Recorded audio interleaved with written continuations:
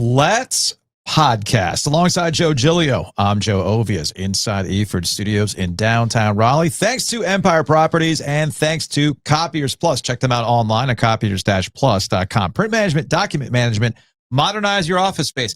If your equipment still looks like this phone that Drew at Copiers Plus gave me at the Roback OG Classic, if your equipment still looks like this, y'all, it's time. It's time for the upgrade. So hit them up. Copiers-plus.com. Andrew Jones, Tar Heel 24/7, is going to join us here in a few. Deep dive on North Carolina football, where things have gone wrong, and more importantly, does Bill Belichick deserve any level of patience at UNC? Because that's the new talking point that's emerged in their open date. Will they be dealing with more defections? And is it really basketball season yet? Is all hopes and dreams going back to basketball? Are we course correcting again, Joe? I think so. I think that's what this whole year was about. It was a lesson. Aesop's fables, Belichick's fables. 2025. It's the triangle course correction. Y'all, it's basketball town. Enough of this football stuff. It's all triangle good at the end of the day. You know what's not good? The AFC East. AFC East, not good. Monday Night Football on display. Future Panthers opponents on Monday Night Football last night. And the Dolphins got their first win of the season over the Jets. Man, what a rough weekend for all of the media, man. Because I love days like yesterday and Sunday where all your favorite media people on social media come out of the woodwork to commiserate over pain of being Jets and Mets fans. Oh yeah. The combo platter from Long Island. That combo platter. Like, I had one of our listeners send us this Curb Your Enthusiasm clip, which I thought you'd get a kick out of. But this is basically Jets fans 2 weeks into the regular season. Before it even started. Please, just call. This is just football. It's not just football. Hey. It's not just football. What is? Come on, entries walk all over everybody. It's over. Carl, come on, settle down, man. Honestly, it's too much. There's more to life. You just eat your food and shut up. So that's the life of a Jet fan last night. Although I see you have the jersey out. Yeah, I feel like we should have the jersey of the day prop. This poor guy, the cheetah. If only. Yeah, if only. I think his career's over. Yeah, I was at Polar Ice Garner last night, and they got the game on TV, and I'm watching it in real time. And legs are not supposed to do that. And scary. So, why is that the still image when you search for Tiger Kill on the Googles? But the wild part was, like, I guess adrenaline kicked in because as he's getting carted off the field, he was like hyped up. Yeah. And I guess that's adrenaline kicking in, man. But that was brutal to watch. And I think it's just add it to the log of the fire that's currently the Miami Dolphins in terms of things haven't gone right for them this year. And you have yet another big injury that affects them. But they got the win. And that just shows you where the Jets are right now. That despite all that stuff, the Dolphins ended up getting a win in those horrific jerseys. I really don't know what the NFL was thinking last night, putting on a doubleheader with the Jets and Dolphins and Bengals and Broncos. Now, the Bengals-Broncos game last year was very entertaining because it included Joe Burrow. I was going to say, you're expecting Joe Burrow in this game. Yeah, but no. I think Troy Aikman is the one who hit all the notes last night because I was watching the Jets game. 13 penalties on the Jets. Yeah. 13. And I'm like, can we please go back to the pandemic rules? Meanwhile, Troy Aikman's living a parallel life because he's not watching the Jets game. No. He's doing the Bengals Broncos game. The Bengals had 11 penalties. And I'm sitting here going, guys, this is completely unwatchable. I'm not going to play the clip because I don't want to get flagged by YouTube. But this is what Aikman said, paraphrasing here, or just encapsulating it. I'm not going to keep my mouth shut. That's a good call, just not a necessary call. Nothing brings a broadcast to a screeching halt more than these yellow flags. The product's just not very good. I'm going to be honest. I mean, this is ridiculous. Troy Aikman. Thank you, Troy. It literally was like seconds after I tweeted, yes, please bring back the pandemic rules. When there were no fans in the stands, it was purely a television product. Well, guess what a pure television product does not need? There's nothing you can do about procedural penalties. I get that. And the Jets had a bunch of those. Yeah. But guys, can we stop with the hands to the face on every call, the hold on every call? You know, just let them play a little bit. I'm not saying let it be, chaos out there, but there should not be 24 combined flags in these two primetime games just on two teams. It was ridiculous. It was totally unwatchable. The bigger problem for the NFL right now, and I referenced this early in the season, and I think it's finally coming home to roost. The NFL has a quarterback problem again. You talk about pandemic rules. You got to remember where we were too in that time. Yeah, I got your point about the class. They're going to save us. I got your point about the penalties, but remember that all of that was also related to these dudes are about to be unleashed. Okay. Trevor Lawrence and Justin Fields, but you also have Zach Wilson. You also have Josh Allen and Lamar Jackson and prime Patrick Mahomes. Even Aaron Rodgers at the time was still a functional, QB. But now the carcass of Aaron Rodgers is going to take the Steelers to win a division at what? What do you 10-7 probably? Because you're looking at the rest of their division. The Bengals are awful. Because the Bengals are terrible. They don't have Joe Burrow. He's hurt, obviously. Their offensive line is terrible. The Cleveland Browns are going to Cleveland Brown. We get that. Yeah. And they're more of an interesting story because it is Shedeur Sanders doing the work. That's your latest talking point of the week, right? Rex Ryan went viral over that stuff. And the Baltimore Ravens, through no fault of their own, really, are a shell of themselves. They were already a defensive problem. Then you add the injuries on top of that on the defensive side. And then you see Lamar Jackson getting hurt. It's like they're literally falling apart in real time. And it feels like their game against Buffalo to start the season was 2 seasons ago, not just a couple of weeks ago. It's a completely different thing. And that leaves you in the AFC with what? Like, honestly, when I'm looking at the AFC, what am I looking at? The Bills. Okay. Because I'm still not buying the Chiefs. Because if you look at the Baltimore Ravens for what they are, not what you assume them to be, they're just they're a bad team. It's no different than the Panthers at this point, which, by the way, they have the same record at 1-3. Not what we would have told you at the beginning of the year. Now, would we? Okay. I think the Colts might be the second best team in the AFC. That's not good. And again, that's another quarterback who's just kind of cycled through in Daniel Jones. It's not really it, right? It shows you how desperate we are for all these things quarterback related because look at Jackson Dart, right? Mm-hmm. Which, by the way, shout out to one of our listeners who texted us.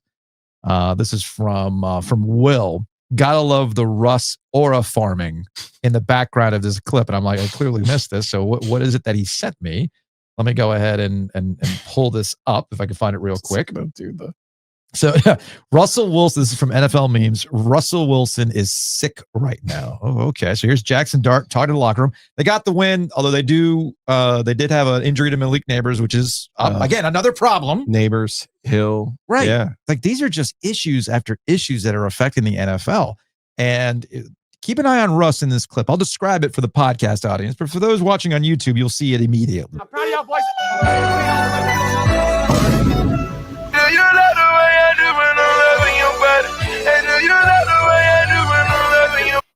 So the clip is Jackson Dart firing people up. Big Blue, let's go. Big win. Yeah. And in the back, you just see Russ, locked eyes, like just dead. This motherfucker. This should be me. Richard Sherman got another one in on him this week too. This is where he was like, well, he was a Hall of Fame quarterback when he had the Legion of Boom behind him, but not anymore. Richard Sherman's going to put me in a position later this year where I'm going to have to defend our guy. Defend Russell Wilson, NFL player, Hall of Fame career.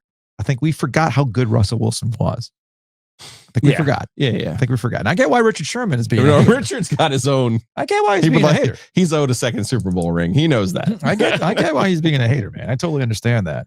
So all these things that I jotted down right now, the Steelers are probably going to back-ass their way into winning the division with Aaron Rodgers, and he's going to be feeling it. Speaking of the Jets, I mean, maybe there is something to the Jets being an awful organization, and there's something to that. Although Aaron Rodgers didn't exactly help himself out.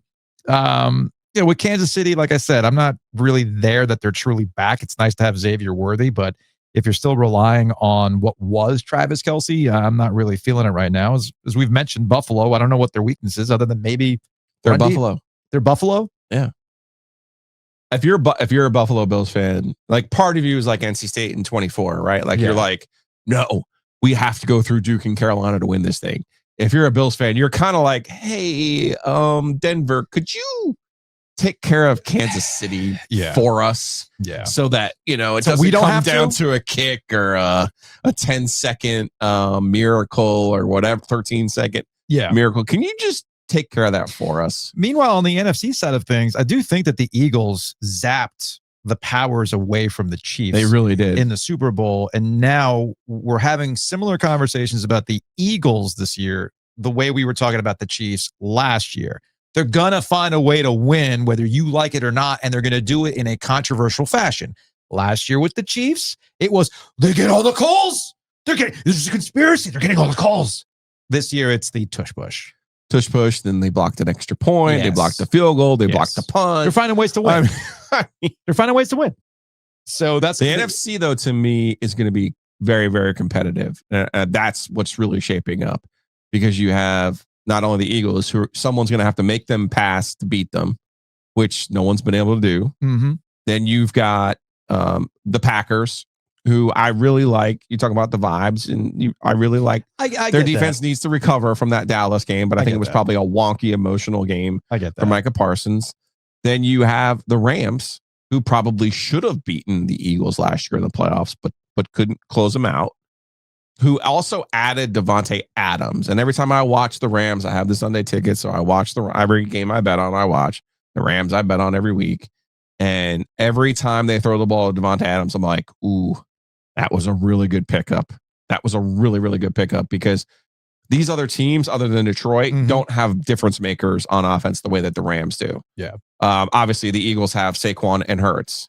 But you look at the Packers, you're like, well, Love. And you're like, Jordan Love. You're like, he's good. He's good. Fine. He's fine. But who's their best playmaker? They don't have a Puka. They don't have a Devontae Adams. Parsons is their best difference maker. He's on the other side of the football. Mm-hmm. Then there's the Lions. Not going to lie to you. They went to Green Bay earlier in the year, and I thought, oh, boy, expiration date has come on the Lions. No. You watch that game against Baltimore, their new offensive coordinator, he got the bag of tricks out for that game. Also, again, it's the carcass of the Baltimore Ravens. No, I get that. But that game, they were trading paint. Yeah. Okay. So I really like the NFC race. And then Tampa Bay.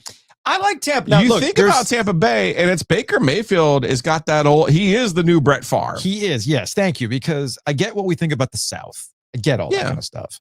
And what was interesting about that Tampa Bay Eagles game is that, remember, the Buccaneers were the ones who got the Eagles last year. Okay. So it's one of these things where you kind of like, I get what you have your preconceived notions about the South. Totally understand that. You have your preconceived notions about Baker Mayfield, but you just nailed it. There's a little something intangible about Baker Mayfield right now in his unbothered era, if you will. He's very comfortable with who he is. Fourth quarter gets the ball. Yep. He's very comfortable with who he is, and they might surprise once we get to the playoffs, but obviously there's a lot of season left. 919-444-2211. Call the OG Sports phone and curse or don't. So the Carolina Panthers, they see the Jets and the Dolphins next. But the Dolphins are actually up next for the Panthers. They'll win. They'll win one of these games, right? They're not going to lose to the Jets and the Dolphins, right? Right? Maybe. I actually didn't think the Jets were that bad last night. It was the penalties that was just completely. I'll take it back. I thought Justin Fields looked been fine. Good to me. He's been fine. And then the Dolphins, they were weird because early they made a concerted effort to get the ball to the cheetah, and they looked like Dolphins from 2 years ago, where you're like, look at all this. But they also are doing it against the Jets. Remember the Mike McDaniel record against teams with losing records. Once we start getting into 500 and above, it is what it is. Which is why with the Dolphins, I'm thinking, well, we'll give him some credit. It's the Panthers, so they'll probably win this game because that's what Mike McDaniel does against bad teams. That's what I do. It does not look good for the Panthers. Nature's Relief brings you the OG Sports Phone. Check them out online at naturesreliefhempstore.com. We did get a couple Panthers calls. This is from a 919. Just watching the Panthers get absolutely freaking destroyed again, man. Every fucking week we deal with this team. Every week. Last week was a fluke. Bryce Young experiment is over. Bryce Young's got to go. David Tepper has fucking ruined this franchise. He's ruined it. embarrassing. I don't even know what to say anymore. I'm done with this team. You know, if a meteor falls out of the sky and destroys Bank of America Stadium, I'd be perfectly okay with that. Relocate the Panthers somewhere else. This is embarrassing. Bryce Young, gotta go. Canales, gotta go. David Tepper needs to sell the team. This is fucking embarrassing. Every fucking week I have to deal with this shit, man. I'm depressed. I'm depressed being a Panthers fan. It's absolutely embarrassing. It's ridiculous. That's all I gotta say. You can't be blown out by the Patriots. I'm sorry. The Patriots are not that good. It's embarrassing. It's embarrassing. But hey, we're all apathetic. I'm sure Bank of America Stadium will be filled up with away fans the rest of the year. It's fucking ridiculous. Well, look, as some people have, as some people have pointed out, the Panthers at least make it known to you you can go about your business on a Sunday. We got one from a 919. Drake May and the Patriots stuck it to the Panthers. Whatever Giglio was saying about the spread, I hope he had the over. No. Not only that, we didn't address it yesterday, but I know it was not lost on some people that Drake May did the Superman. I like that. Because of what he said. Here's a kid, grew up in Charlotte. Cam was his favorite player. Yes. He wasn't taunting. It was like an homage. It was an homage. You're playing the Panthers, the pro football team that's in your town where you grew up. Now, and there was a little homage there. I like someone had pointed out on Twitter to us afterwards, like, you do realize right now, like, they could still have Christian McCaffrey and Drake May as their quarterback, and they might be okay with DJ Moore. And I was like, yeah, I mean, you're right. Yeah. Well, I mean, look, right. Steve, going back to Baker Mayfield, Steve Wilkes responded to something that Baker Mayfield had said, right? This is some stuff from last week. It was from 2 weeks ago when the Jets and the Bucks played. Yeah. Steve Wilkes is with the Jets now. Obviously, Baker with the Bucks. Yeah, and Baker Mayfield's doing what people do, what athletes do. That's when I took it personal. Yeah. And he's like, well, you know, the coach there, because Steve Wilkes was the interim, they didn't want me, yada, yada, yada. I'm paraphrasing. He's the one who got rid of me. And Wilkes straight up said, you think I was making those decisions? Because if I was, do you think I would have gotten rid of our best player, Christian McCaffrey? I was like, you know what, good. You know what, Steve? Good for you. And also let it be known, and throughout all this, you know who actually has the most amount of wins as a head coach for the Panthers here recently? Tepper? Yeah. Yeah. It's the interim. It's Steve Wilkes. 910. Does Bryce Young, like the past couple weeks, there's been some odd fourth down decisions. I just watched Bryce Young chuck a go route on fourth down. Does he think that there are more down? Like, is there a power up that he thinks his coach can call to give them an extra down? It's like an NFL street thing. Does he forget how to count in the middle of the game? That doesn't seem likely. He's the super whiz kid. I just don't get it. Yeah, the whole thing, as we talked about with Mike K yesterday, there is something that's broken along the way, and I think it starts with Dave Canales, honestly. One more sports phone call about the Panthers. The Carolina Panthers can't hurt me. The Carolina Panthers can't hurt me. The Carolina Panthers cannot hurt me. The Carolina Panthers cannot hurt me. Why do they keep doing this? They cannot hurt me. Well, what I would say is, and I feel like this might be the new segment for 2025, instead of telling me something good, tell me something good. We could start it could always be worse. Could always do that, right? You know, for instance, there is drama unfolding in Tennessee between their reporters and their head coach. So Brian Callahan, a couple of weeks in a row now, is upset at one of their beat reporters. Here's the exchange. Do you think this is a resilient and relentless football team? I know what you're doing there, Paul. I know what you're doing. And I'm not going to answer that right now. Well, I mean, those are the things that you've tried to catch. Yeah. Football team, you're 20-some games in. Yeah. I'm going to just compose myself here before I say something I regret. But yes, I think this team is resilient. I think it is relentless. We haven't played good enough football, and I think those are two very distinct, different things. We have to execute at a better level. We have to coach better. That's really all I can say. Have you ever seen a coach and a reporter actually fight? Like, have you ever seen a situation where it's like, you want to meet me outside? Oh no, that was John Chaney went after Calipari. Yeah, that was not a reporter. Not a reporter. Locally, I've never seen it. Boy, oof. Something to think about. But like I said, it could always be worse. It could always be worse. What did Cam Ward say? We ass? Isn't that what he said?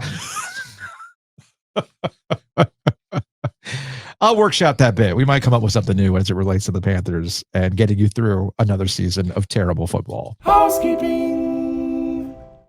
Big thanks to Enovana. Check them out online at enovana.com. You know, it's every other Tuesday. It's that Tuesday. I got the text. They're at the house. If you have mess inside your mansion or trash in your cabana, get it clean with Enovana. Check them out online at enovana.com. Also check out breakingtea.com/OG. Again, that's breakingtea.com/OG. That'll take you to our Dead Logos collection at breakingtea.com. It's almost hoodie season, so you can go buy some hoodies from there. And it's also cane season right around the corner. Regular season starts up next week. If you're looking for some Canes gear, you can't. I mean, Breaking Tea's got it down to a science. They got great shirts for the Carolina Hurricanes at breakingtea.com. If you click on the link that's in our YouTube description and our podcast description, click on that link that says Breaking Tea. That's our referral. It'll take you to our landing page, but you can go to the Cane stuff, and we get a little something every time you buy a Cane shirt. So go to breakingtea.com/OG to get things started. I feel like we should probably send all this information over to our guy, Chris Brassfield, Homer, Alaska. Please do. He's like, are we good here? Prepping things up? Yeah, I don't know. We have all sorts of weird revenue streams. That's what you have to do as a small media company, a 2-person media company in 2025. We got ad revenue, we got Google revenue, we got T-shirt revenue. You know, all these things are hard to keep in track. One thing that we don't do is government grants. Right. You might have something like that, and that's where Chris at Brassfield Accounting can help you out. Brassfieldaccounting.com in Homer, Alaska, where it's daytime. Beautiful Homer, Alaska. 365 days of the year. The sun never sets. And Chris is not going to sunset on your financial work. He's a fractional CFO. So go to brassfieldaccounting.com. Also, big thanks to our friends at Miller Lending. Check them out online at millerlending.com. You are not an interest rate expert. You cannot read in the Wall Street Journal that the Fed is doing something. And you're like, I know what this is going to do. No. Don't play that game. Don't take it from a buddy or something like that. Talk to our friends at Miller Lending. millerlending.com/TheOG. Call them directly at 919-447-3377. All we're asking you to do is contact our friends at Miller Lending and start the conversation. See if it's the right time to refinance or consolidate debt. You've been holding off on it because you're kind of skeptical about the interest rates. Understandable. So talk to the experts. See what would make sense for you. And the one thing that Miller Lending will absolutely do is tell you, this ain't the right time. That, to me, is important. So call them at 919-447-3377 or millerlending.com/TheOG. Take that thing to close, and you'll get a Raleigh Wine Shop gift basket. You'll also get a row back from Joe Giglio. You will. If I refinance, will you get me one of those new Sheffield shirts? The button down? Oh, is that what a shacket is really called? Yeah. Oh, you already got one. No, I want another one. Oh. I'm going to need multiple. I'm going to need, just like, you already have a rowback polo, Joe. Shacket's not on the menu. Not on your menu. It's polo. It's a polo. Yeah. Like, well, don't you already have one? Well, don't you already have a rowback polo? I do. I got to catch them all, Joe. Curious to see what other colorways they have for this shacket. Anyway, you can check out all their great stuff, including their new hoodies. These like game ready hoodies. Yes. Right? What? I love it when we get caught up on a certain product point that's like not even close to what they're known for, but the hot dogs at Butcher's Market and the shacket now for the Joe Ovies collection at Rowback. Go to rowback.com. Use that promo code OG20. Again, that's promo code OG20. And of course, our friends at NC Grill Rescue. Check them out online at ncgrillrescue.com. No need to bury your barbecue. Call NC Grill Rescue. And now it's time for your NC Grill Rescue of the week. What do you got, Joe? All right. My rescue of the week goes to Duke. I got 2 items for our friends at Duke. Yes, the football program running hot. That's good. That's the good news. However, your kids are not into jerseys, right? No. Okay. So mine were growing up, and sometimes there's like an off-market place in China where you could get it for cheap. Mm-hmm. Well, Duke University last week said, Duke has sued a group of online sellers who use Temu, AliExpress, and similar marketplaces that sell what the university calls unauthorized, inauthentic, infringing, and counterfeit products. Come on, Duke, let the people have their cheap jerseys from Duke says the true identities of the individuals they're suing is not known. However, the defendants reside in the People's Republic of China or other foreign jurisdictions. So just let people buy knockoff jerseys, Duke. Come on, don't be that guy. I will say that back in the day, you got plenty of money. No. There used to be honor in bootleg merch, man. There used to be honor in bootleg merch, I guess. And then, as somebody who used to go to the Orange Bowl, you see like an old Cuban guy pop the trunk with his knockoff Bart Simpson wearing Miami gear. You know, there was a level of like hustle to that. Not this, man. It's too systematic for you. Yeah, dude. Because all you gotta do is like upload it AI, and they can slap it on a shirt. I mean, come on now. It used to be you had to, like back in the day, you had to know another Cuban guy somewhere in Hialeah that had a printing, like that had a screen printer. Man, come on. So let the people eat, Duke. That's all I ask. Now, the other part that needs to be rescued for Duke. Yeah. Yes, you have a capital R rivalry with North Carolina, but everyone in Durham and everyone in Chapel Hill, you do not have a blood feud. And here is your latest example. What's this? Oh, so that's Michael Jordan dapping up Cooper Flagg at the Ryder Cup. It's like a new Predator meme in real life right there. Yeah, those two guys going, fuck state. That's what that is. That's not a blood feud. That's all I'm saying to you people. You can have your rivalry. You can have the score in the last 10,000 games is 4 million to 3,999,000. Mm-hmm. But you do not have a blood feud.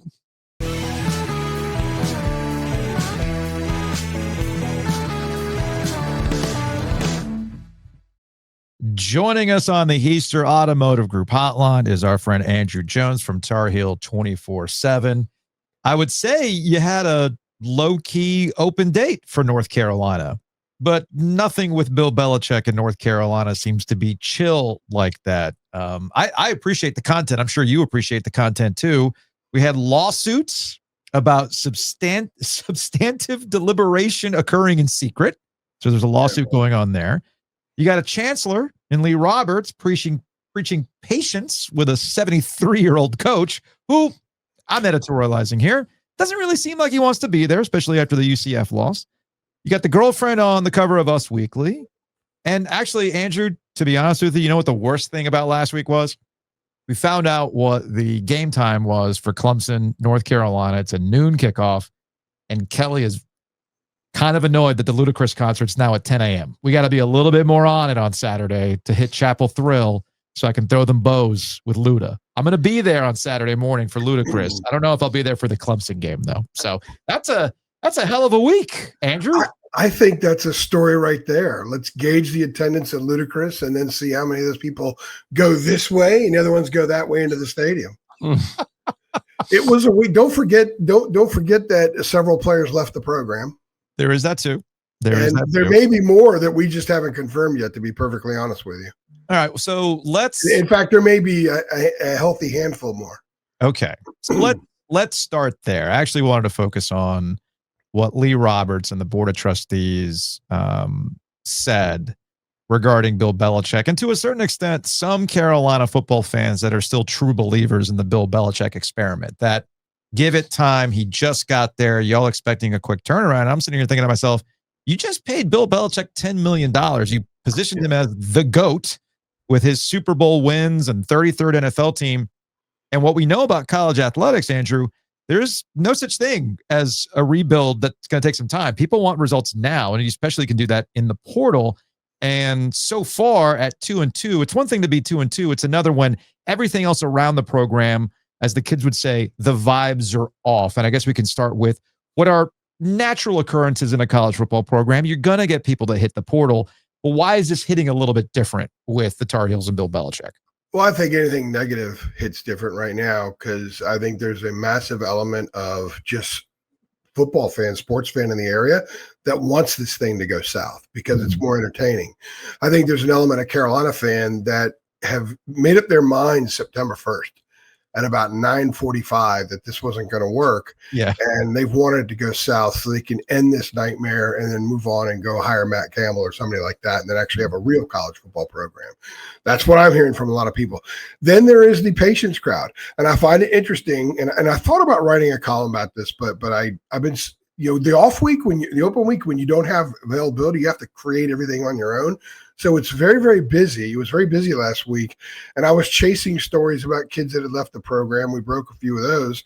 I thought about writing about Lee Roberts' comments, but I wanted to wait because I think these next 4 games are going to be very telling. And I know that when I was covering late November and December, patience was not a word anybody used. You win immediately when you go out and hire him. When you spend the money they're spending on the program, you win, you go immediately. They were given carte blanche to run tons of dudes out of the program. Why do you do that? Why do you run the Mac loyalists out? So you can get Bill loyalists in and win right away. And it hasn't happened. And the other thing, too, that is kind of lost in all this is the lack of access that we were getting. And all of a sudden, Bill announces to the team, hey, Hulu's going to have cameras around here the whole season. You don't bring in cameras from Hulu or anybody with a 73-year-old coach who isn't exactly someone who loves a camera in his face if you think you're going to be in a rebuild. Mm-hmm. You do that if you think you're going to have an amazing story to tell, which would be this NFL legend coming to college and working magic in college. They thought it was going to be magical. They allowed the build-up for TCU and the historical hype and everything else to go the way it did because they thought it was going to go very different. And they're learning, I think, a pretty valuable lesson that may or may not help them in the future, because who the hell knows if Belichick's going to coach beyond this year anywhere. What's been the biggest surprise through their 2 games against real opponents to you, Andrew? Non-competitive. They haven't even been close. And UCF could be the worst team in the Big 12. Mm-hmm. And they weren't even competitive. I'm sitting there watching the game. They are not competitive at all. They're not fast enough. They're not physical enough. They don't have playmakers. They've got some guys on defense that are pretty good. And I know the defensive numbers are better than they were a year ago, but when you look at them versus TCU and UCF compared to the other 2, it's oranges. I think we'll gauge the defense to these next 4. You got to deal with an angry Clemson team that you got to figure is going to put it together. You got to go out to Cal, who's take away the San Diego State game. It's been pretty decent. Then you got to come home and play a resurgent Virginia that can move the ball. And then you got to go to Syracuse on a Friday night. I think we're going to learn everything we need to know about this defense, about this coaching staff adjusting, and if they actually have a quarterback on the roster by the time midnight Halloween night is here. Is there? There's probably no real update on Gio Lopez and his injury, but would you be surprised if they had gone to Max Johnson anyway, given what we've seen out of his production in the 2 games that we've seen compared to what Lopez has done against the 2 1A opponents? No, the only reason Max has played in either game is because Gio got hurt. Okay. Everything I was told from day one throughout August is that the cavern between Gio and Max was massive. Okay. And I think we've seen that they believe that because they had many opportunities to pull Gio and just try something different.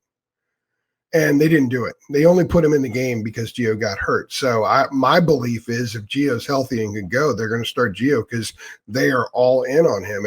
At some point, if this continues, you would think that the NFL coach who understands sometimes you got to make a change for the sake of making a change would get that. But then he also had Brady for a long time and only had to make a change when he got hurt. So maybe he doesn't really understand how to handle a quarterback situation like this because he didn't really have it until late in his career there. And they wanted to run with a certain guy. So they're married to Gio, man. Yeah. They are married to him. They want to make it work with him, but they also know he's limited because early on in fall camp, when I did a report about some of the things I was hearing about practice, one of the things I noted was that A, Gio can't throw the long ball, and B, they got to roll him and throw across the middle to try to get stuff going. And there were people in the program that weren't happy that I put that out there because it's who he is. Which we found out since. Yeah. I want to circle back to what you said about Bill Belichick and how to handle it in a second, but I know Joe had a follow-up, but I wanted to put that out there because there was something in the UCF game, both during the game and after the game, that was a red flag for me. Okay. Well, it's just such an unusual situation, right? Like think about it. And Bill Belichick is coaching the University of North Carolina. Like, that's crazy unusual to begin with. On the surface, Right. yes, we're talking about weird things. And what Andrew said was, well, they thought it was going to be this heroes, like they really did think it was going to be Bill Walsh part 2. Going to win 10 games and the NFL is going to come back and woo you. And you're going to go next 2 years, win your 15 games and off to Valhalla you go. They're in this really weird situation where they're cutting everybody, right? Or they're letting people go. So it's like, when you say patience, Lee Roberts, that's for normal old college football. Yeah. Like, I'm sitting here about to ask you, do they have a freshman they could look at? Well, what does it fucking matter? He's not going to be on the team next year anyway. No. So it's like they're in this really, really weird situation where they stink this year. They're not even competitive. So what do you, under normal, even in the NFL, you try to find somebody to salvage on your roster. They don't even seem to be interested in that, Andrew. So I'm at a loss for what these next 8 weeks are supposed to be about.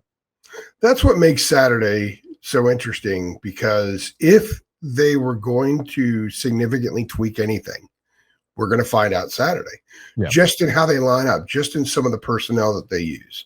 If Gio is cleared and ready to go and they go to Max, that's their way of saying, okay, we've combed over this film and it's just not working. We've at least got to go with the guy who can go through his checkdowns. Max can at least go through his checkdowns. Yeah. He did it in the SEC. He could do it now. That's a way of salvaging the season and getting to the end line and saying, hey, 5-7 wasn't really all that bad after all, because we didn't have much talent. Let's go build on this. They could try to sell that. Yeah. But if they go out and try to do the same old, and they have a terrible result, they're going to lose most of the fan base by Halloween. Dude, and I think they've lost a significant portion already. Yeah. And you're already hearing spins. Michael Lombardi saying Monday night on the radio show that, well, you got to have patience. We've got 40 kids coming in next year. Wait a second. I've never heard an NFL GM saying, guys, wait till next year once we get a good draft. No. And freshmen aren't going to help you in college football. Those 40 freshmen aren't going to get on the field. Yeah, we're moving the goalposts and what this was all about. No doubt. And we're also moving the goalposts and what he was supposed to bring to the table. And this gets back to the UCF game. And I look at, what do you like to talk about? That 8-minute cushion, the last 4 minutes before halftime and the next 4 minutes out. And in that Central Florida game, you had a nasty combination of lack of situational football. Okay. Giving UCF a minute and change to work at the end, and penalties, inability to tackle. I'm like, I thought these were Mac Brown problems. I thought these were 33rd NFL teams. We're going to develop these guys. And and again, I get the sentiment, and you said it during the summer, Bill Belichick teams aren't going to beat themselves.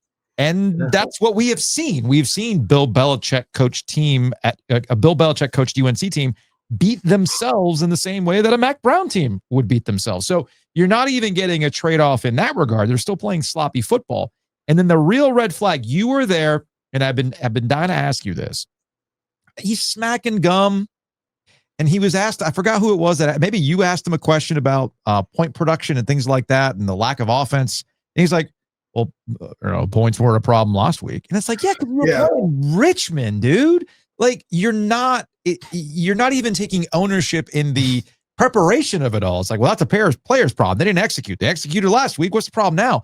And it's like, when I see the quotes from the players doing more to pick them up than the coach, that's a freaking problem, man. Yeah, a couple things there. First of all, that last 90 seconds of the first half, I isolated that and wrote about it. Yeah. And it began when your running back didn't go out of bounds or went out of bounds and didn't go down. You lost 35 seconds right there. The other thing is, and we've seen this happen in the two losses, is once they got a penalty, I think it was a roughing the passer, like the defense just wilted. They melted. They did not know how to gather themselves. They acknowledged, Kamari House said a few days after TCU, when Marcus Allen got that early PI on TCU's second possession, that the defense looked around and like there was nobody to galvanize, and it affected them the rest of the possession. Easy touchdown, and that's exactly what happened at the end of the first half against UCF. So in both games against Power Fours, something adverse happened on defense, and they looked around and had no answers on how to try to figure it out and make a play to stop that. whatever bleeding that was. Yes, I asked him after the UCF game, what has he seen in Gio that gives him the confidence he can move the team forward and get first downs that the rest of us haven't seen? And I termed it pretty much that way. And he said, well, we scored points the last 2 weeks. They had 59 yards in the second half against the wretched Charlotte team. And really, in those 2 games, they had 615 total yards against Richmond and Charlotte. It's disgusting. Their scores again. They got a defensive touchdown against Richmond. They had 17 points when the defense gifted them starting field positions against Richmond at the 36, 35, and 26. They were gifted points. So they have still, at this point, they've had 8 out of 38 possessions. They've gone more than 40 yards. And I know what you were trying to do there in that sequence because I ran that sequence on the podcast last week. You were setting Bill Belichick up to say something positive. You were setting Belichick up to be like, yeah, man, it's the open date. We can look at some things. I believe in these guys. Like, these are what college coaches typically do. I'm not quitting on this team. I believe in these guys. We're going to clean these things up. Manny Diaz talks about it after 2 brutal losses where they can clean up their own mistakes, come back and play the kind of football they want. We've seen Dave Doran do this. Say what you want about the season, but we've seen Dave have resilient groups that bounce back and surprise you, okay? This is typical college coaching stuff, and Bill just refuses to play that game. And I think it's completely just detonating a problem. Joe, I want to know legitimately, what are you seeing we're not seeing? Right. Tell us something. Easy question. They cannot they are next to last in the country in first. They have 55 first downs. So tell us, what are you seeing? And it would have given him an opportunity to say something positive. Not that I was trying to set up a positive response, but goodness knows if there's something positive, give it back to us. And he didn't. I thought it was a bad post game. It was curmudgeon Bill. It was New England Bill had finally arrived, and afterward we were all pretty chatty about it. And it was kind of neat that it showed up when it showed up, because I think it reflects a sincere surprise in his eyes that things have gone the way that they have, and that game went the way it did. It got out of hand, and it could have been worse, to be perfectly honest with you. I thought, from watching it with the naked eye, I've seen some horrible teams in this area I've covered over the years, and certainly on that campus. And it looked every bit like the rotten teams I've covered before. And I'll say this, and I've said it a couple of times, this is the worst offense since 1999, when they lost every quarterback on the roster. They were playing a defensive back and running back at quarterback that year. This is the worst offense this century. And you're not going to win in college football if you can't get some points, period. Their defense isn't going to carry them. So really, to me, it's a no-brainer. If nothing else, just try a new quarterback. Just try something new. Try something different, see if it works. But I'm telling you, I think if Gio can go, I would be stunned if he doesn't run out there first, because they'll think they can fix it. And we've talked about this before, and I haven't used this word too much publicly, but I think it's okay now. There is an arrogance there. Yeah. There is an arrogance there that, hey, I can fix it. I'm the guy that can do this. I see something nobody else sees, which is why I asked the question the way I did, and I'm going to make it work. Well, we're going to see, especially if the stubbornness is such that Gio runs out on the field first. Am I wrong to be excited about Caleb Wilson? It's basketball season, Andrew. No, yeah. We've seen 2 clips of him, and I'm like, yes. The thing is, Duke now. David Sisk is our guy. And I want to say, he's all David in. Sisk he's our basketball recruiting guy and analyst, and he's coached a bunch of dudes that play in the NBA and major college basketball.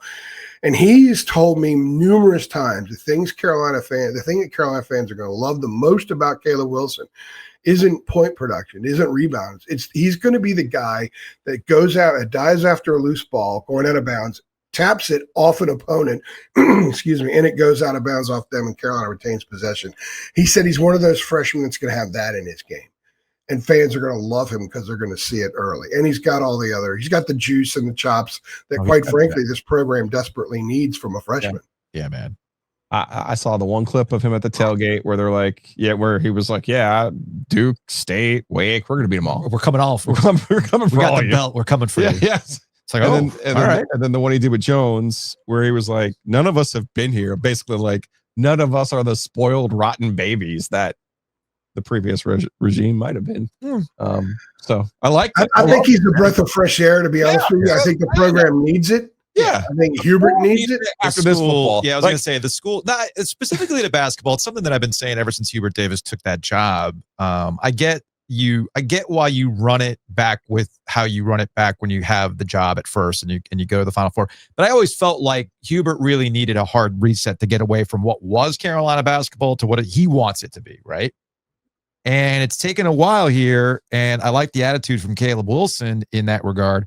The question that I have, Andrew, is based on what we know from Hubert Davis, what can we expect his level of production to be? Like, I know at Duke, you've got this guy. Well, you're going to play that freshman, right? Yeah. I don't know that about Hubert Davis. You know, and we've seen guys come through that are supposedly the truth. Ian Jackson last year, Elliot Cadeau before that, and we saw some herky-jerky, growth with that, or lack thereof. So what is the plan for Caleb Wilson as a freshman to come in and truly be, I like Cooper Flagg, obviously, but I mean, sometimes it's a freshman game out there. Yeah, it's interesting because one of the things I always admire about John at Duke, and when I covered Kay, when freshmen would come in and perform, is that Kay and John, they know how to motivate and give optimism, encouragement, inspire, and confidence to freshmen to be who they are. I've not seen that at Carolina. And then last year we saw a freshman who was taking off, and Ian Jackson, and then they go to a super small lineup and he's stuck over in the corner, essentially playing the de facto four-man. And I asked Ian outside the locker room at Syracuse after he had gone through a period where he wasn't scoring much. I asked him how his shots changed when he moved there. And he did not want to bash Hubert at all. He was worried about the response he gave, but he did say, yes, my shots changed. So when I finished recording, I said, look, I wasn't trying to get you saying bad about Hubert. I just want to know how much your shots changed. He said they changed a whole lot. He said, I don't get the same looks anymore. So he took a guy who was averaging 21.7 points a game in an 8-game stretch or 7-game stretch and changed his game instead of building around it. I think that's part of Hubert's learning curve. There are people around the program that understand that learning curve has been ongoing. Here's a guy who wasn't planning on being a head coach for a long time and suddenly got the job, and he got this job. It's not like he's at UNCW where you can hide a lot of mistakes and learn from them, and no one ever knows. Yeah. People are going to know every mistake he makes. I think some positives about Hubert that I'm hearing, and I can also gauge from my perspective, is that we're getting to talk to all the kids now. We got them early. So he's comfortable with his players. He's comfortable with who they are. We get Derek Dixon this week. Oh. We're getting a freshman. I mean, talk about being the non-Carolina way. We're getting a freshman. Maybe. So I think Hubert's is Hubert looking at what's going on over at Bill Belichick and goes, I know a good way to win. I know a way to win some people back. I might look, at the end of the day, Hubert, this has always been the big mystery with Hubert Davis, right? And I say this in the limited conversations we've had with Hubert Davis, they've been fine. The interviews have been fine. But I saw him on ESPN. It's not like he doesn't know how the media game is played. And I do wonder, I'm workshopping a theory here, is he's watching all this play out with Bill Belichick and goes, oh, you mean all I got to do is this to win some favor back? Sold. Let's go. You want to talk to players? Let's talk to players. You want some availability? Let's have some availability. I thought it was amazingly well-timed that Hubert Davis had his preseason press conference after the TCU game. I thought it was supposed to be before, and they moved it because they didn't want to upstage the game. I think it actually happened at the right time. If somebody wants to sit back and say, you know what, basketball is letting football know who's boss right now, it would be an easy sell. Yes. Now, I'm not saying that that's intentional, but I do think part of what we're seeing is it's an experienced team. They have a lot of guys that have played a lot, and they've been interviewed, so Hubert trusts them. I think Hubert is a lot more at ease with his roster than he was a year ago. He knew he had no bigs. He knew that they weren't going to be able to pick him up during the year. One of the few big guys he had was suspended from school, and he's back now. So they have 6 guys that are 6'10" or taller. It's totally different. So he went out. He got himself a pretty good roster. He and Jim Tanner found a way to work together to get this done. And I think there's a lot of optimism from Hubert. But I don't think anybody's going to have complete and total faith that Hubert has changed his skin, if you will, the leopard's changing skin type or spots or whatever, until they see it in action. How much does Caleb Wilson play? How much does he play the bench? Because they should have a deep bench. They've got guys in that bench that have played a lot of minutes, but will he use them? I think all that's going to be very interesting, and I think will determine what his future is. What a gift for Hubert Davis this whole football season has been, because I think we went into this academic year thinking Bill Belichick's going to be at least competent, okay? And that everyone but you thought they would be competent, right? And that, oh my God, this is going to put pressure on Hubert. He's going to be coaching for his job. He's going to lose his job. They're going to have Nate Oates by the spring, and there's going to be a whole reset, yada, yada, yada. Instead, Belichick has been an abject disaster by every single measure that there is. Yeah. And now all of a sudden it's like, wait, as you like to say about NC State during 2024, Joe, it becomes now, wait a second. What is our true love here? What are we? What are we? We are a basketball school. Yes. Now, Andrew, as I hear you say these words about 6 guys, 6'10", Andrew, I'm gonna float a wild idea at you. This is crazy. Now, you've never heard this before. This is wild. Are you ready? Let's go. What if the University of North Carolina were to play not one, but 2 bigs? What? At the same time? What? And what if the University of North Carolina were to have a significant rebounding advantage with those 2 bigs? It's crazy talk. That's crazy. Whoa. That's crazy. Whoa. Would everybody who said that the game had passed Roy by have to go back and revise those comments? Yes. I mean, I'll tell you what.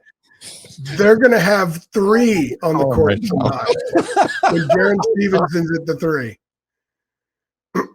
It is amazing, isn't it? All right. We'll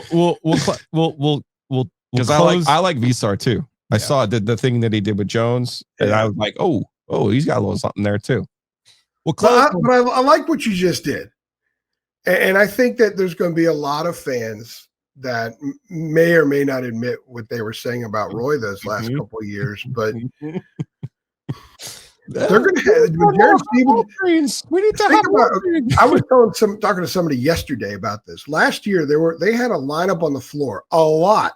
6 foot, 6'1", 6'3", 6'4", and 6'8" without huge hops. Okay. Yeah. Derek Dixon comes in to play the point. Evans goes out. Lucas slides over to the 2. You've got 6'5", 6'6", 6'7", or 6'10" at the 3, depending on Jonathan Powell, Jaron Stevenson. Then you got Caleb Wilson and either Vasar or even James Brown or Zayden Hire, both 6'10", backing them up for a few minutes. Unbelievable. The massive flip from a year ago in the length of this team, but I also think it's kind of funny because of what you just said, Joe. Mm-hmm. I can't wait. Whole spread them out, play small ball, race up and down the court. That ain't North Carolina basketball. It never will be. Even if they go out and hire Nate Oates, it still won't be. Nate Oates had Jaron Stevenson playing the 3. Mm-hmm. He had length out there. He wasn't a bunch of mighty mites out there. So it's the return to Carolina in some ways, and it'll be interesting to see how much they use a high-low with 2 bigs, or do they just stick a 6'9" guy in the corner? I want you to look into your crystal ball as we wrap this conversation up. I want to go back to Belichick and the. Sorry, I needed the basketball break there because I get it. I know Andrew doesn't come on here to get in trouble. We're trying not to get Andrew in trouble either. It's just, I mean, we need to tell me something good music for Carolina football right now because I got nothing. There's nothing there. There's nothing there.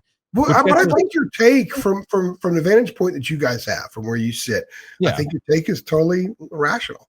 Now, I think for me, I'm not going to go 100% there. I do think you can easily argue the appearance is basketball is trolling football, right? In the sense that they are doing so much stuff. I just think it happens to work out that way because the plans were this was going to happen all along anyhow. Yeah, we're going to get all these guys, and a part of it is Hubert's change. A part of it is getting, in the era where NIL is so important, get those guys' faces out there. It changes. Let people know their stories. It changes for Hubert regardless of what's going on with Bill Belichick. Take Bill Belichick out of the equation, and Hubert was still going to be fighting for his job based on how this season went. If Kansas comes in and wins, Bill Belichick will have absolutely nothing to do with the conversation around North Carolina. Zero. But I wanted to bring it back to Bill to close this up. I want to get back to the Board of Trustees situation. And last week, we get this lawsuit. And the complaint alleges that the board convened in what you would describe as a sham version of an emergency meeting to approve Bill Belichick's hiring, right? And this has nothing to do with the hire itself, right? The hiring of Bill Belichick is perfectly legal. It is what it is. The argument is that we already knew the individual. We already heard the terms. We already heard all this stuff. And they decided to go into an emergency meeting for a prospective employment, even though we already knew all the particulars of it. And what violated the law, according to this lawsuit, was calling it an emergency or a self-imposed one when the negotiations had been ongoing for weeks. There's all sorts of statutes in there that I'm not going to get into the weeds of, and that emergency meetings are only for truly unexpected circumstances. And that's where it starts to become an illegal state thing. Not the hiring of Bill, but just the process of this. Is this something or is this nothing? Is this an out? Like at some point, if things truly go wrong for Bill Belichick at UNC, you can point to like, well, the process was illegal and therefore the contract's illegal. Therefore that $10 million isn't going your way. Like, how does this, what do we make of this in relation to your last point? I had someone text me last week and said, is this somebody leaking something to get them out of it? And I'd heard about this in December, that this person was disgruntled in December and was raising a lot of hell at that time and was disregarded. But I didn't know the specifics of it because my whole thing was, well, as long as the Board of Trustees meets and approves the contract, that's pretty much what they have to do. Yeah. That's their job. So Lee Roberts can essentially almost hire whoever he wants. There are other parameters, but if he wants to hire somebody, it's hard for me to see that person wouldn't be hired. So I didn't pay a lot of attention. There was all kind. You can imagine the stuff. If this thing ends, I'm going to write a book. It's going to start with those conversations because Lord have mercy, the stuff I was hearing at that time from when his name first came up. I think I told you guys this before. When his name first came up and I was getting it confirmed that it was legitimately a name being bandied about, I got laughter from several sources who were people who were in and around that process. And then everything changed. So it was a crazy 3 or 4 weeks for University of North Carolina, from Bubba having the conversation with Mac on the phone when he was in Hawaii up to really the fact that Belichick was trying to recruit the portal. This is something that nobody talks about, really. They struggled in the portal last December. Part of it was because kids had no position coaches. They hadn't hired a staff. He didn't have a staff in place until well into January. So a lot of these kids had no idea who their position coaches were going to be. So when it comes down to it, that Bill Belichick is great, but who's going to coach me? Who's going to teach me? So there were a lot of things, a lot of mistakes that were made early by a lot of people. So I don't really know what to make of this. I don't know if there's any legs to it, but with what you said, Joe, the last thing you said, if they need an out, hey, this might help. At least with the public narrative, because the public narrative is going to be really important with this thing, because they're going to have to get a giant fire hose to put it out when it comes to it, if it comes to an end sooner rather than later. Andrew Jones, Tar Heel 24/7. Check him out on YouTube. Check out the website. Lots of good information on those YouTube daily drops and whatnot. So that's definitely part of my, I wouldn't say daily routine, but about every other day I'm checking out the YouTube channel and seeing what you and Jacob are talking about. So all good stuff on Tar Heel 24/7. All right, man. We'll talk to you later. Always fun, guys. Take care now.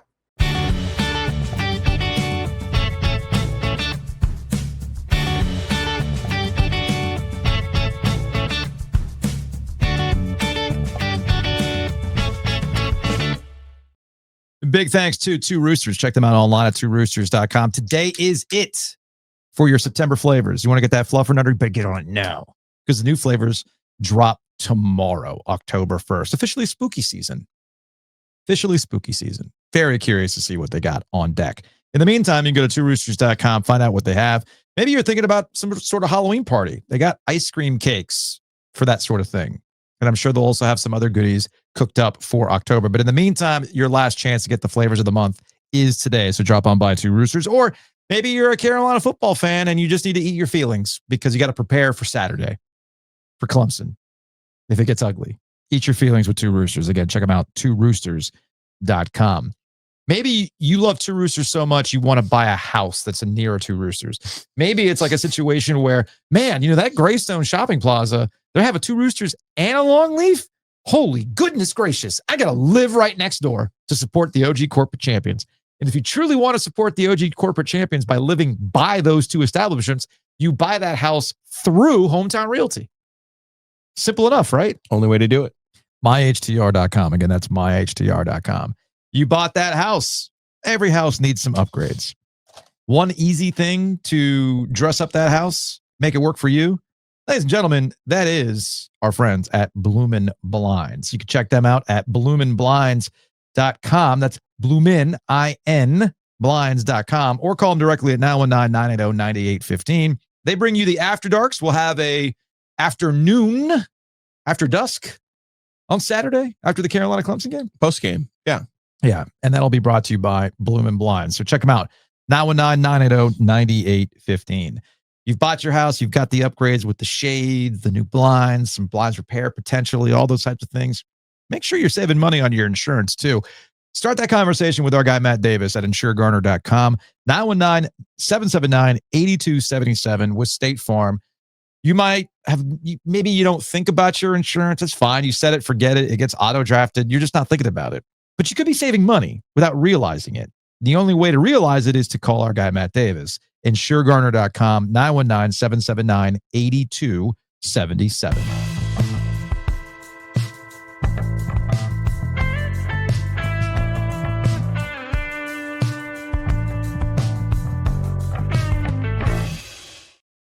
Oh, one quick thing before we move on to the lightning round about North Carolina and our conversation with Andrew Jones of Tar Heel 24/7. Yeah, it's funny, like, it's supposed to be like a quiet type open date, get back in the lab, all that kind of stuff. And what you see Bill Belichick gallivanting in Nantucket. Cool, man. It's your open date. Do what you want to do with it. Yeah. And then I get this fed to me by one of our listeners. He's like, I hope you guys saw this. I was like, okay. And it's Mike Lombardi, general manager of the Tar Heels, on TikTok with a typewriter. Okay, what is this? I'm just working on my to-do list, but I do it on the typewriter because it forces me to slow down. I have to think about what I want to write about, and the typewriter gives you that rhythm that you need to be able to slow your mind down and think. You're going to make mistakes, right? And on a computer, you can delete the mistake, but sometimes the mistakes that you deleted have really powerful messages in them. And so when I first started to write my first book, I studied a lot of writers. A lot of them were using typewriters. And I worked for a guy named Ernie Accorsi in Cleveland, who was a former newspaper man, and he had a typewriter in his office. So I kind of got used to using it, and it helps me slow down and think, which ultimately is what this job's all about. I cannot think of a more fitting image than Mike Lombardi sitting at a table with a typewriter. Very modern thinking there at UNC. Very with the times. By the way, did you peep the Bill Walsh quote that's in the building? Mm-hmm. Did you peep that? When the final story of the Bill Belichick era is written about at North Carolina, there's your image. Mike Lombardi, the genius, working at a typewriter. I think when it's that is there, you could not, when they say a picture is worth 1,000 words. Well, in the case of the University of North Carolina, a picture is worth $40 million. When it's all said and done, if you're going to look at, again, it all comes back to Bill Belichick. It all comes back to Bill Belichick. That's why with like the Jordan Hudson stuff, it ain't about Jordan Hudson. It's about Bill allowing this to be a distraction. Mr. Do your job. He's allowed this. It's to me at this point with the Jordan Hudson stuff, it's Bill Belichick telling everybody else, fuck you. I'm going to do what I want to do. Mm-hmm. Yeah, I'm 73. I'm living my best life. Cool. Just like it was, I'm going to hire my buddy, Mike Lombardi. And that to me, that's the nail in the coffin in all of this when it's all said and done. Mike Lombardi's hiring. That's when it all fell apart. Because I'm sorry, if you're putting somebody in charge to run these things, you're going to have to do better than Mike Lombardi, a.k.a. failed podcaster. Let's get to it.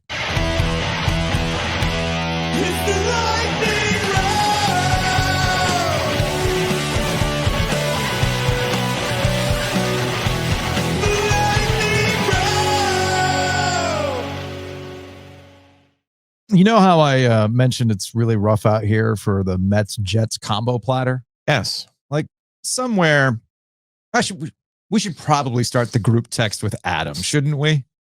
Or do you think Adam's so locked in with the Canes that he's not even paying attention to what's going on with the Mets and the Jets? He'll claim he doesn't care about the Jets. Oh, that's bullshit. He absolutely cares about the Mets. One of the all-time collapses with one of the highest payrolls in baseball. And dude, and when you look at the list of teams who can accomplish that, it's always the Mets. $340 million payroll.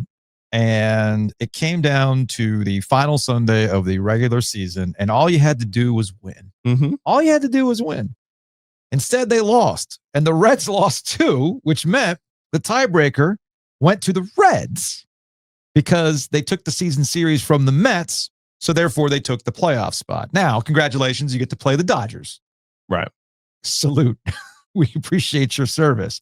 But again, it's really not about the Reds. It's about the Mets, which also means Don LaGreca at ESPN New York went ham. I wish I still had truth bombs in me. I can't do it anymore. You know how like I went to go see Billy Joel a while back at Bank of America Stadium, and he did Innocent Man. Now, in order to do Innocent Man, you got to hit a higher note. And Billy said straight up, look, guys, I have not done Innocent Man in a really long time, so apologies if it's a little shaky. Yeah, he did a really good job, but clearly it took something out of him, right? Right. I don't know how old LaGreca is, but the fact that he can still muster this in a way that I can't anymore, and I'm just 46, I can't do truth bombs anymore. It takes too much out of me. But LaGreca, man, the Mets sucking gives this man superpowers. For the Mets to be able to go to, of all places, Miami, and have that team eliminate them. They didn't get eliminated by the Brewers. They didn't get eliminated by the Dodgers or the Padres. They got eliminated by an under 500 team. And the other thing that bothers me is Met fans, and Gary, Keith, and Ron, too, could be included in this, criticizing the Marlins for celebrating the win. And they were taking pictures in front of the dugout. Dude, that was their World Series because they have the lowest payroll in baseball. You don't think that's a chance for a team like the Marlins to flex? They are worthless. The players know it. They've got no chance to win. They've got literally the lowest payroll in baseball. They've been handed a gift of relevancy on the final weekend. You don't think they're going to relish the chance to beat the team that's got the second highest payroll in baseball? Give me a break. You don't have a chance to complain when you blow it the way they did. You take it. You take it. You get smacked in the face, you take it. You don't defend yourself. This team is not worth defending. We're a worthless piece of garbage organization right now. Hopefully we'll get up from it. Hopefully they'll make the right decisions. But stop complaining about the Marlins. Stop complaining about the Reds. Stop thinking you're better than you actually are. Stop worrying about the Yankees and worry about yourself. Own the town. My ass. How about owning a above 500 record and making the playoffs with the second highest payroll in baseball? Look in the mirror.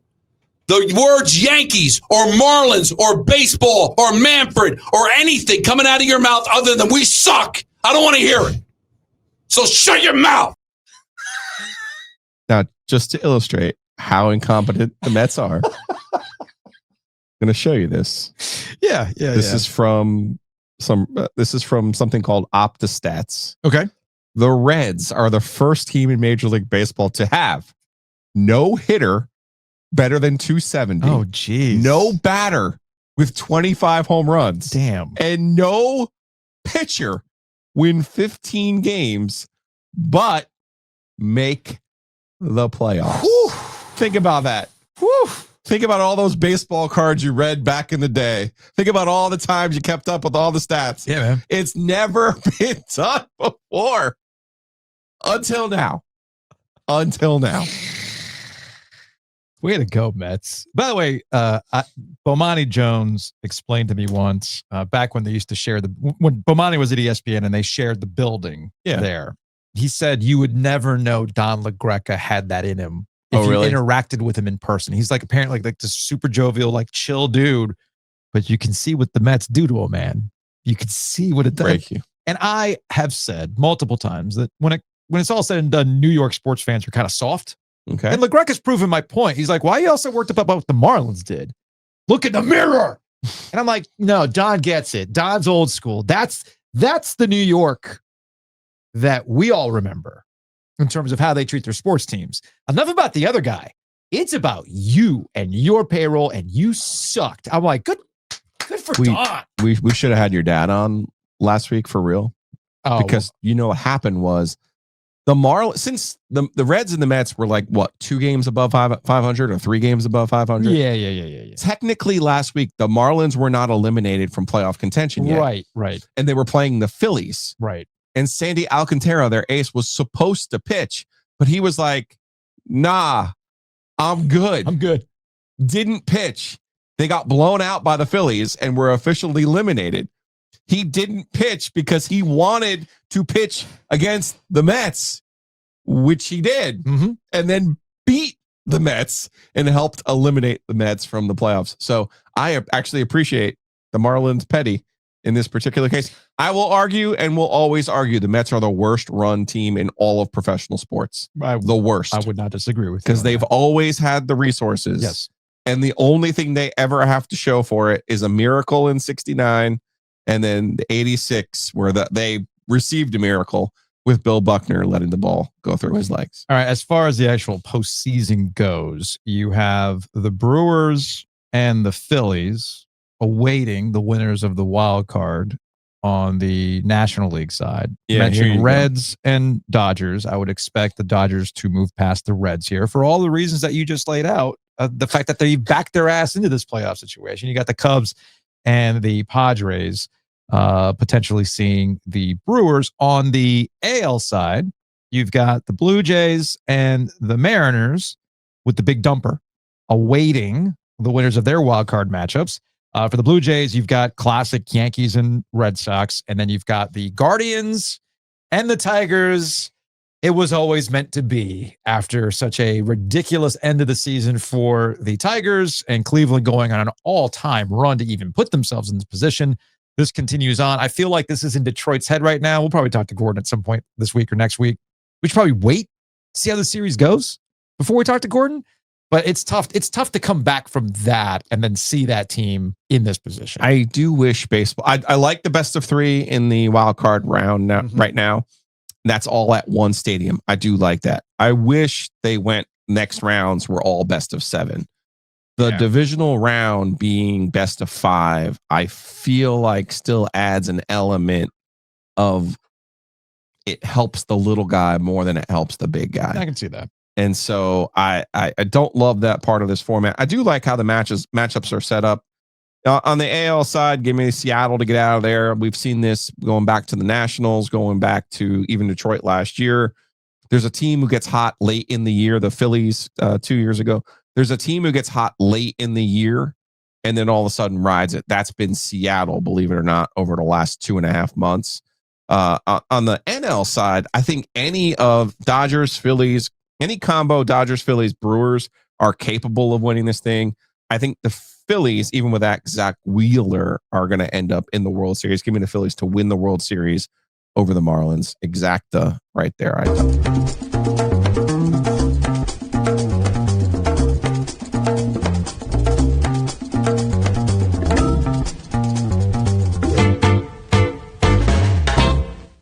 Yeah, you're mentioning it. You can open up the DraftKings Sportsbook app right now and, oh, look at that. My Monday night parlay didn't come home. It's okay. It's fine. I already forgot what it was. Yeah, I forgot. Actually, let me pull it up on my bets. I forgot exactly what it was, too. It was a 4-pick parlay.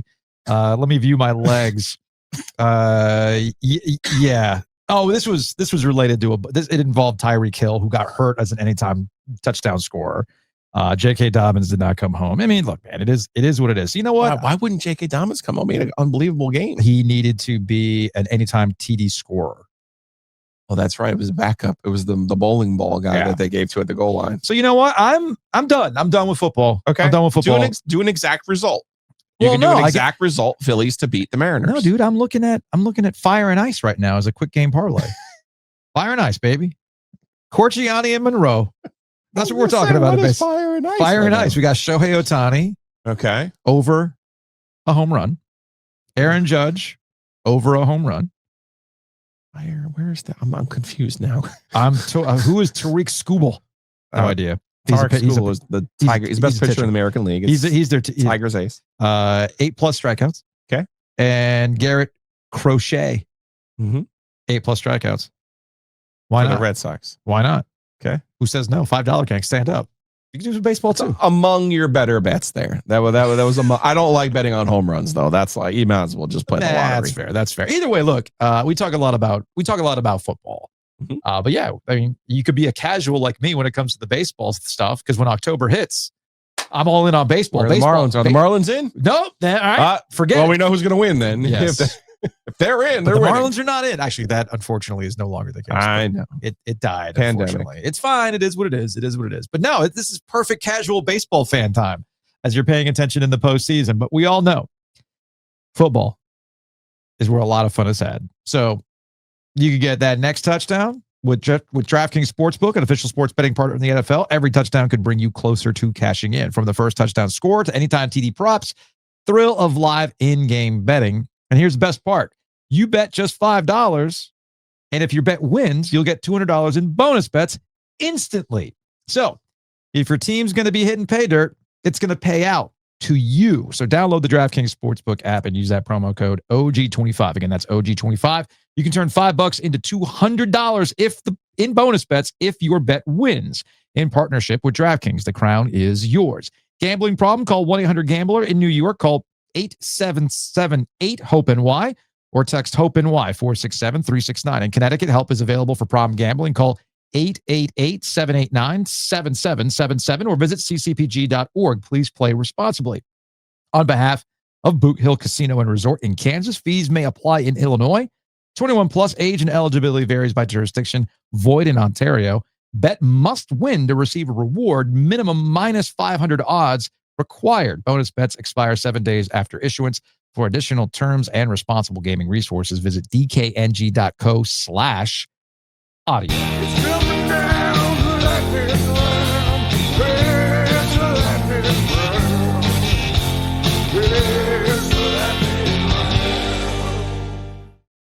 We continue to get ridiculous things fed to your Instagram accounts, and then you send them to us. Here's the latest from a listener. Should be sleeping, but I'm betting on German drag queen hot glue gun bridge championships. What? Okay. I mean, if this requires me to dress in drag at Shady's for our 3rd birthday bash, I'm not opposed to it. Ich zittere auch. Aber ich dachte, du wärst so cool, Olivia. Nein. Du warst doch so siegessicher. Ist schon jetzt vorbei damit? Warte ab. Okay, so essentially they got a hot glue gun and these little straws that usually engineering students use to build their own bridges. They see how far they can get this thing to go. By the way, this exact game is showing up on Fox's version of this German show that we've now gotten everybody's algorithm to start looking at. Glue gun bridge. Man, I feel like I would hurt myself, hence the gloves. Oh, you would definitely do that. Yeah. You would I absolutely can't be trusted. Are we going to take that? We're going to not do that for the birthday bash? I feel a little bit dangerous, although the pretzel cutting might be dangerous for me too. Yeah, you sent the pretzel cutting one. I feel like we've done the pretzel cutting one. We would before. also have to purchase scales for the pretzel. Oh, that's easy. That's a business expense. It's finally time to use that catalog. Oh, what's the one we get? The Uline? I bet you Uline's got a scale in there we can use. Absolutely. Right? It makes sense to me. Just a thought. I'm not opposed to doing something like that.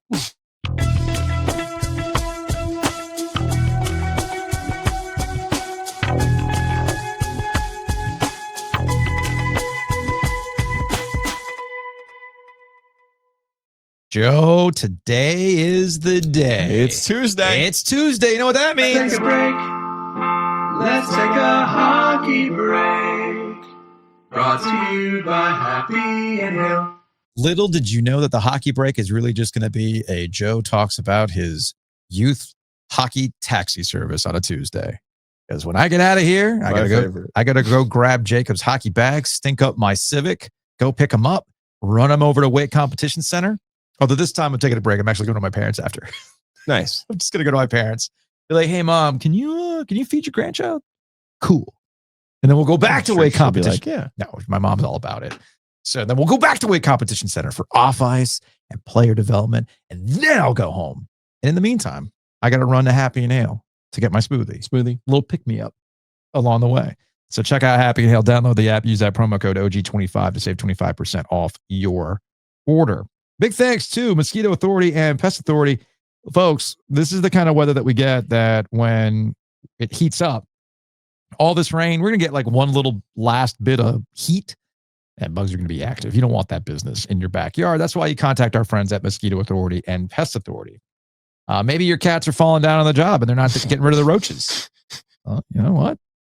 Tell them you're fired and you get bugsbite.com, Mosquito Authority and Pest Authority. Big thanks to the Butcher's Market. Joe likes to make fun of the fact that I like bringing up the things that are not in the meat case because that's the obvious thing. It's the Butcher's Market. So, of course, they're going to have fine quality meats to order. But you don't got time for that. You want grab and go. Maybe you're having a Tuesday like me. You ain't got time. So you just go in there like, oh, you already got the steak tips wrapped and ready to go. Grab that. This ravioli made in the kitchens. Fantastic stuff. Get it with a homemade sauce. That is the Butcher's Market. They got everything for you, right down to beer. So check them out, thebutchersmarkets.com. And of course, our friends at Whitaker and Hamer. A lot of things that we talk about, like getting a house or refinancing or Joe's speeding tickets, all that stuff requires a little legal advice. And our friends at Whitaker and Hamer can help you out with that. So check them out online at wh.lawyer.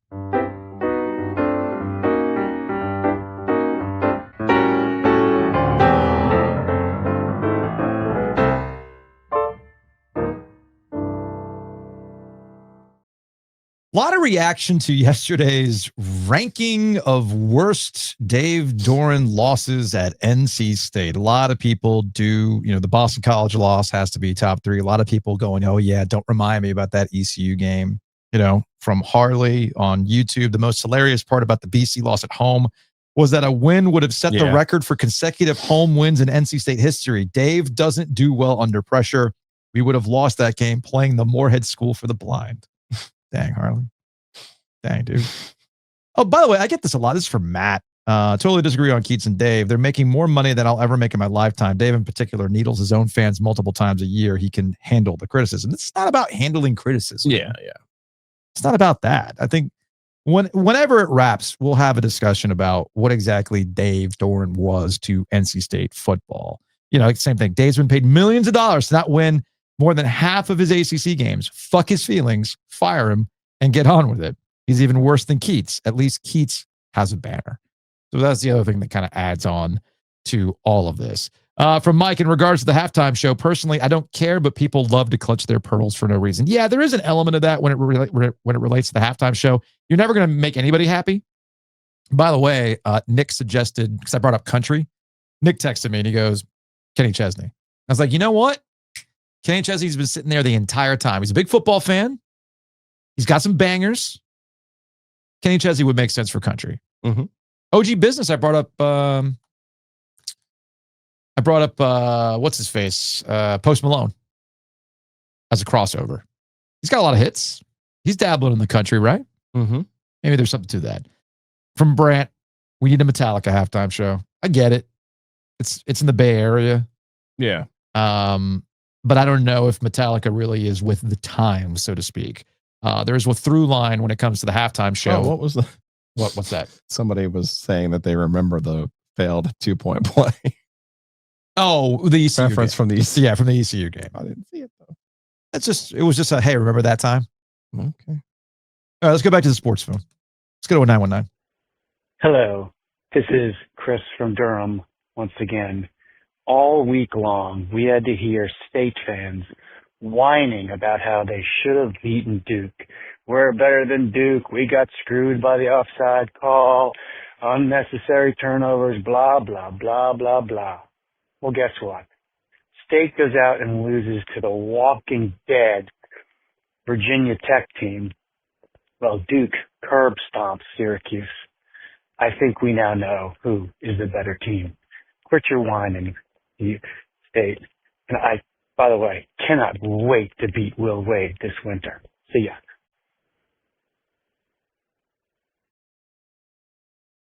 Duke fans, talk your shit. I get it. You have every reason to talk your shit. I will allow it. Let's go to a 919.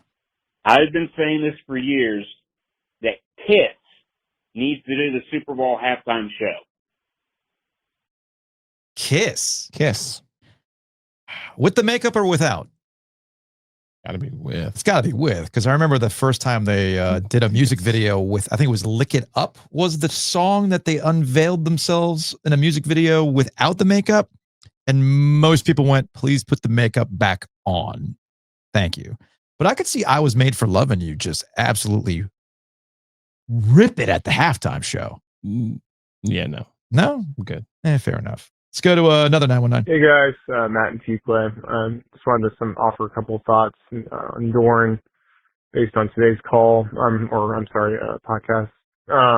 First, regarding Dave's all-time worst losses, I think Giglio is absolutely right that at ECU in 2016 was the worst.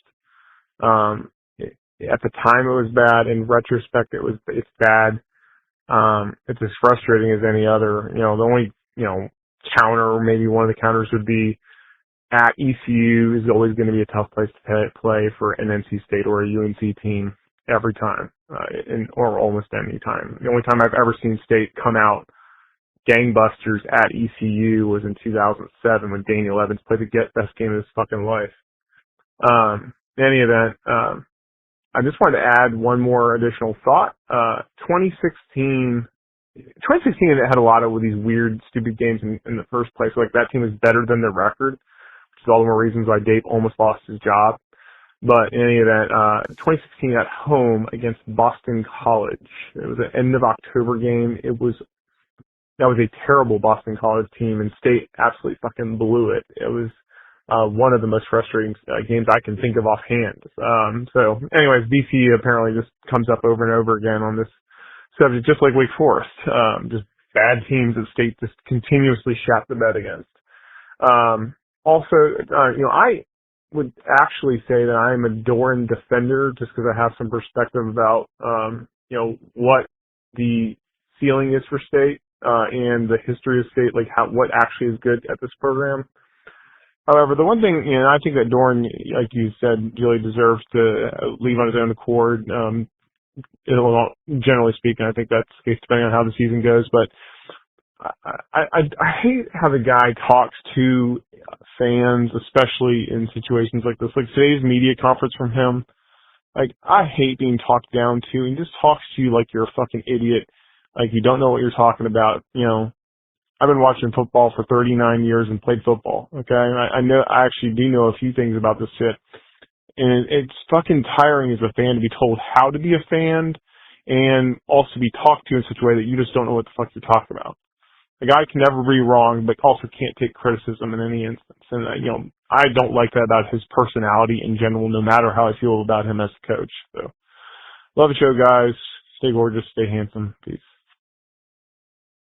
That's definitely a fair criticism. I remember one time I literally talked to his mentor, who became the guy who does a analytic service, which is the book that a lot of schools use, including NC State. Mm-hmm. And because they went for 2 one time against Louisville, and the conventional wisdom said it was the game they won. Okay. And I had to wait a whole week to ask the question because I was sensitive to it.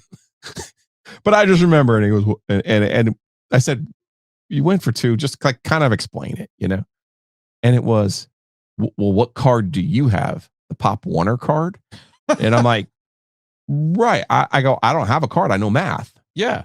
And it was a little bit of a contentious exchange when all he had to say was, here's Rob Ash, who does this analytical thing that says the time that they scored, we go for 2 because they have Lamar Jackson. It's like a dynamic card based on your opponent. Mm-hmm. That could have been the answer, but instead it was, well, what card do you have?